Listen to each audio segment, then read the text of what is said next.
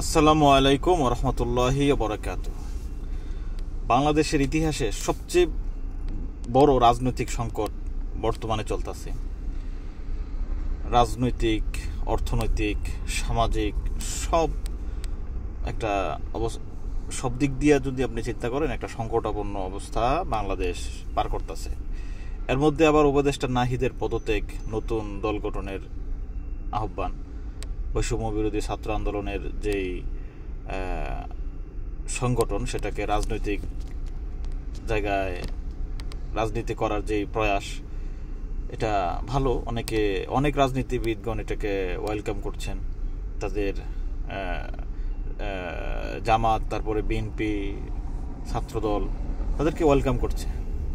কিন্তু আসলে বাস্তবতা কতটুকু, তারা বৈষম্য বিরোধী ছাত্র আন্দোলন, এইসব নেতাকর্মীরা রাজনীতিতে এসে কতটা সফল হবেন।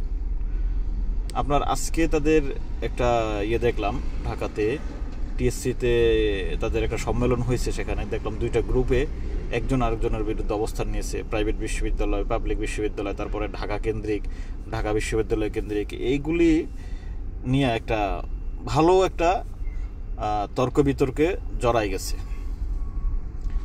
তো ওইভাবে যখন বৈষম্য বিরোধী ছাত্র আন্দোলন যখন সফল হয়, তখন উপদেষ্টা কে হবে না, এটা নিয়ে কিন্তু মোটামুটি ভালো একটা আলোচনা হয়েছিল।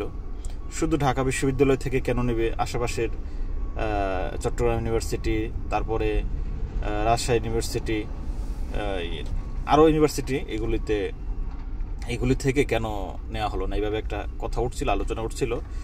কিন্তু বৃহৎ ঐক্যের স্বার্থে তখনকার পরিস্থিতি বিবেচনা করে সবাই চুপ হয়ে গেছে। এই প্রশ্নটা আর বাড়তে দেওয়া হয় না, আর কেউ করতেও চায় নাই। কারণ দেশে তখন একটা ফ্যাসিবাদের পতনের পর কোনোভাবে কিভাবে শান্তি আসবে, শৃঙ্খলা আসবে, সবাই সেই চেষ্টায় ছিল। তো এখন আবার যখন বৈষম্য বিরোধী ছাত্র আন্দোলন যখন রাজনৈতিক দল গঠন করে তারা তাদের কর্মসূচি দিবে, তখন যদি এই অবস্থা হয়, দুই গ্রুপে একটা গ্রুপিং হয়, তাহলে তাদের ভবিষ্যতের জন্য এটা অশনি সংকেত। এটা কখনো হওয়ার ছিল না। যে কোনোভাবে তারা এটাকে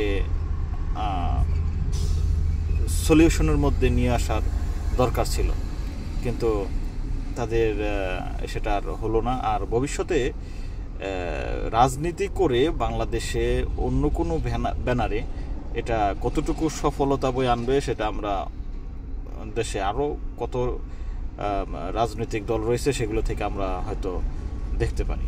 উপদেষ্টা নাহিদ সর্বোচ্চ একটা ইউনিয়ন পর্যায়ে এবং উপজেলা পর্যায়ের কোনো কিছু করতে পারবে, কিন্তু কোনো আসন তাকে দিবে না। যদিও সে বিএনপিতে যোগদান করে, কিছুটা কানাঘষা শোনা যাচ্ছে যে সে বিএনপির সাথে রাজনীতি করবে।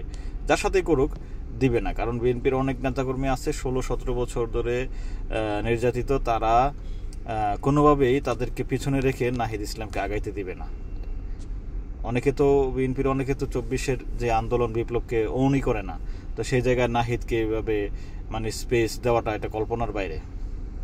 তো এই জায়গায় বৈষম্য বিরোধী ছাত্র আন্দোলনের যদি তাদের রাজনৈতিক প্ল্যাটফর্মে না এসে তাদের যে জনকল্যাণমুখী কাজ, এগুলি নিয়ে ব্যস্ত থাকতো, রাজনীতিটাকে পাহারা দিত, তাহলে মনে হয় কি এটা ভালো হতো, বৈষম্য বিরোধী ছাত্র আন্দোলনের জন্য, অন্যান্য রাজনীতিবিদদের জন্য।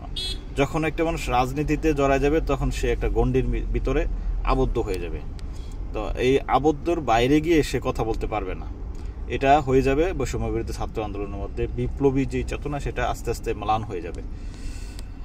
আশা করি সবাই বেশিগুলি পজিটিভলি নেবেন, নেগেটিভলি নেবেন না।